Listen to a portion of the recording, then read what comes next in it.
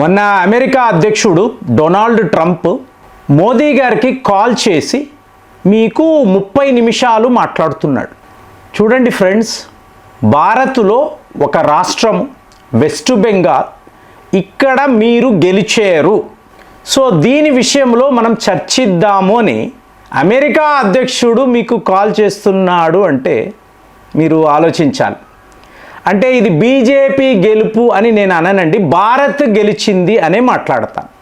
ఎందుకు అంటే మీకు డీప్ స్టేట్, ఇప్పుడు చాలామంది ఏమనుకుంటున్నారంటే డొనాల్డ్ ట్రంప్ వేరు, డీప్ స్టేట్ వేరు అని అనుకుంటున్నారు. మీకు ట్రంప్ మీద ఎన్ని హత్యా ప్రయత్నాలు జరిగాయి. సో ఇదంతా మీరు చూసారనుకోండి, డీప్ స్టేట్ చెప్తుంది ఏమిటి, మేము చెప్పినట్టు నడుచుకుంటే నువ్వు ప్రాణాలతో ఉంటావు. ఎందుకంటే మళ్ళీ ఎలక్షన్స్, మళ్ళీ కొత్త ప్రెసిడెంట్, ఇదంతా అనవసరం. సో మా లైన్లోకి రా, మా ఆలోచన విధానాల్లోకి రా, నీకు బెనిఫిట్ ఉంటుంది, మాకు బెనిఫిట్ ఉంటుంది. ఇది కదండి డీప్ స్టేట్. మరి అలాంటప్పుడు వెస్ట్ బెంగాల్ అనబడే రాష్ట్రము వీళ్లకు ఎంత ముఖ్యము. సో భారత్ గెలిచింది ఎందుకంటే మమతా బెనర్జీకి జామియత్ ఇస్లాం యొక్క లీడర్ హుడా అంటారు కదా, ఇతను ఏం చెప్తున్నాడంటే, అమ్మా నువ్వు రిజైన్ చెయ్యకు, ఏం జరిగినా రిజైన్ చెయ్యకు, 170 మిలియన్ బంగ్లాదేశ్ ప్రజలు నీతోనే ఉన్నారు, నువ్వు విడి దేశముగా ఏర్పాటు చేసుకో, మాతో కలిసిపో, నువ్వు మాత్రం రిజైన్ చెయ్యకు, ఢిల్లీతో యుద్ధము చెయ్యి, మేము ఉన్నాము.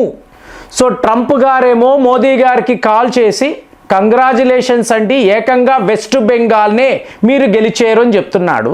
అక్కడేమో మీకు జమాయత్ ఇస్లాం పార్టీ వాళ్ళు మాతో కలిసిపోండి అని చెప్తున్నారు. ఇదంతా మీరు గమనించారనుకోండి, భారత ప్రజలు వీళ్ళు మేల్కొన్నారా.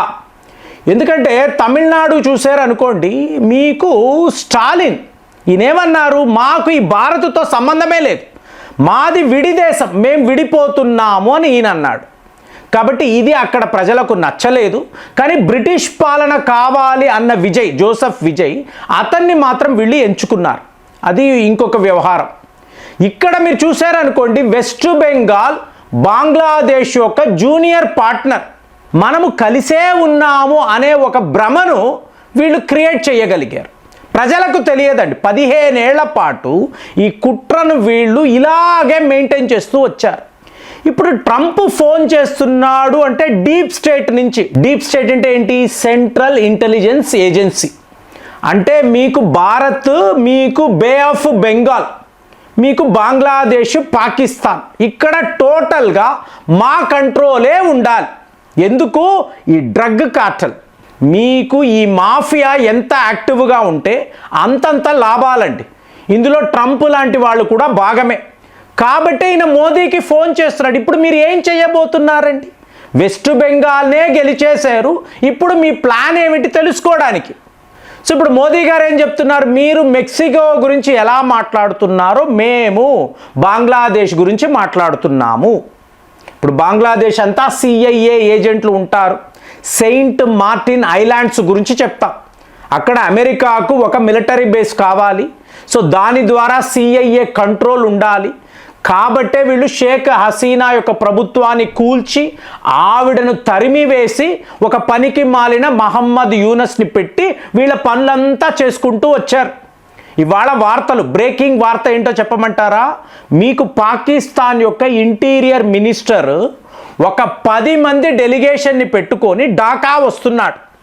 ఏమిటి, ఇప్పుడు వెస్ట్ బెంగాల్లో ఏం జరగబోతుంది, అక్కడ ఉండే ఈ క్రిమినల్స్, ఇప్పుడు మహమ్మద్ యూనస్ రావడం ఏం చేశాడండి, జైళ్లలో ఉండే కరుడు గట్టిన తీవ్రవాదులను అందరినీ విడిపించి మీరందరూ వెస్ట్ బెంగాల్ వెళ్ళిపోండి, బంగ్లాదేశ్ నుంచి వెస్ట్ బెంగాల్, మమతా బెనర్జీ గారికి ఎంతెంత ఇవ్వాలో ఇచ్చారు, వీళ్ళు వస్తారు, వీళ్ళు ఇక్కడ ఫ్యాక్టరీలు పెడతారు, ఇండస్ట్రీస్ పెడతారు, తుపాకులు, AK-47 పేలుడు పదార్థాలు సర్వము రెడీ చేస్తారు, నీదే రాజ్యం, ఇక్కడ ఎవడు నిన్ను ప్రశ్నించడు, మేము ఉన్నాం. ఎవరు, CIA వాళ్ళు ఉన్నారు, ISI వాళ్ళు ఉన్నారు, బంగ్లాదేశ్కి సంబంధించిన ఈ తీవ్రవాదులు ఉన్నారు. ఇది ప్లాన్ అండి. కాబట్టే ఈవిడ ఇంత ధీమాగా, మీరు ఎవరైనా సరే నా ముందు నిలబడలేరు, క్లియర్గా ఈవిడికి ఉండింది. కానీ ఒక్కసారి ప్రజలు తిరగబడ్డంతో అంతే కదండి. పబ్లిక్ తిరగబడ్డారు అనుకోండి, ఎవరేం చేయగలరు? సో ఎవరు ఏం చేయలేరు. కాబట్టి భారతీయులు మేల్కొన్నారు, సడన్గా వాళ్ళు బీజేపీని గెలిపించారు. ఇది షాక్ ఆఫ్ ద వరల్డ్ అండి. 2026లో పొలిటికల్ ఎర్త్క్వేక్ అని అనాలి. వెస్ట్ బెంగాల్లో బీజేపీయా, వెస్ట్ బెంగాల్లో భారత ప్రభుత్వమా? ఆశ్చర్యం. సో కాబట్టి ట్రంప్ ఫోన్ చేసి, ఏంటి మీ దేశంలో ఇక్కడ ఒక రాష్ట్రము, ఇందులో ఇంతంత మంది ముస్లింలు ఉన్నారు కదా, వీళ్ళందరినీ మళ్ళీ మీరు బంగ్లాదేశ్ తరిమి వేస్తారా? ముస్లింలను కాదండి, తీవ్రవాదులను. 20 కోట్ల మంది ముస్లింలు ఇక్కడే నివసిస్తున్నారు కదా, ఈ సమస్య వచ్చిందా?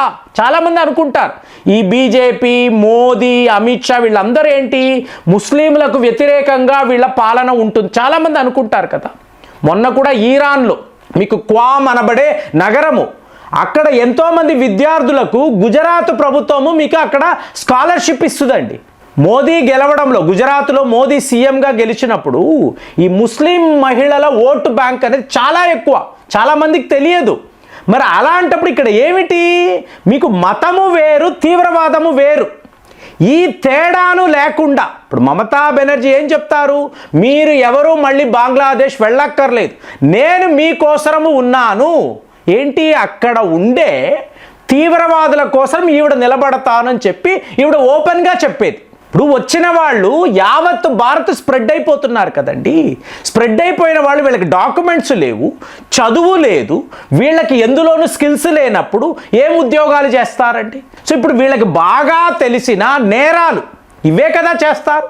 సో హ్యూమన్ ట్రాఫికింగ్ జరుగుతుంది కదా, మీకు డ్రగ్ పెడలింగ్ జరుగుతుంది కదా, దీనిని ఆపే ఒక గొప్ప అవకాశము మనకు లభించిందండి.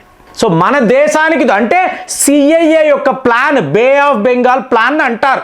మీకు అక్కడే మనం ఎక్కువగా మిసైల్ టెస్టులు చేస్తూ ఉంటాం.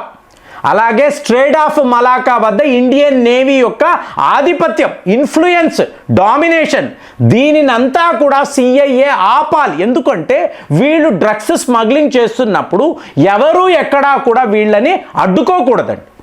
ఎందుకంటే దీని మీద వాళ్ళు లక్షల కోట్లు సంపాదిస్తారు. యావత్ అమెరికా ప్రభుత్వము సిఐఏ యొక్క ఈ ప్లాన్ని సమర్థిస్తుంది. ప్రెసిడెంట్లు కూడా దీని వెనుకే ఉంటారు.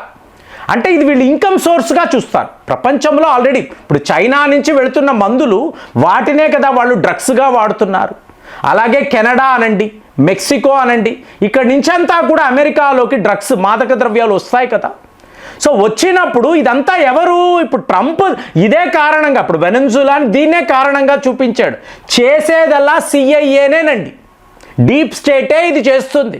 దీనికి వీళ్ళకి బంగ్లాదేశ్ అనేది చాలా చాలా ముఖ్యమైన ఒక దేశం. అంటే పాకిస్తాన్, బంగ్లాదేశ్, సిఐఏ, ఐఎస్ఐ, ఇది వీళ్ళ ప్లాన్. ఇప్పుడు ఒక్కసారిగా మీకు దెబ్బ ఎలా తగిలింది అంటే, మీకు భారత్ గెలిచింది, భారతీయులు గెలిచారు. సో ఇప్పుడు టోటల్గా ఇది ఆగిపోతుంది కదా. ఇన్ఫిల్ట్రేటర్స్ వెనక్కి వెళ్ళిపోతారు, డ్రగ్ పెడలింగ్ అనేది ఆగిపోతుంది, ఎక్కడ స్మగ్లింగ్ అనేది జరగకుండా వీళ్ళు చర్యలు తీసుకుంటారు. ఇండియన్ నేవీ పూర్తిగా స్ట్రేట్ ఆఫ్ మలాకా దాకా వీళ్ళు టోటల్గా అక్కడ డామినేట్ చేస్తారు. ఇదంతా America, CIA, ISI, Bangladesh, west బెంగాల్లో ఉండిన మమతా బెనర్జీకి పెద్ద దెబ్బ. కాబట్టే ట్రంప్ ఫోన్ చేసి నెక్స్ట్ కోర్స్ ఆఫ్ యాక్షన్ ఏంటండి మోదీ గారు, ఏం చెయ్యబోతున్నారు అని అడిగితే, అమెరికా అధ్యక్షుడు ఒక రాష్ట్రము కోసం ఫోన్ చేస్తున్నాడంటే అసలు వీళ్ళ ఆలోచన విధానాన్ని మీరు ఎలా చూస్తున్నారు? కామెంట్స్లో రాయండి. మళ్ళీ వచ్చే వీడియోలో కలుద్దాం. జై హింద్.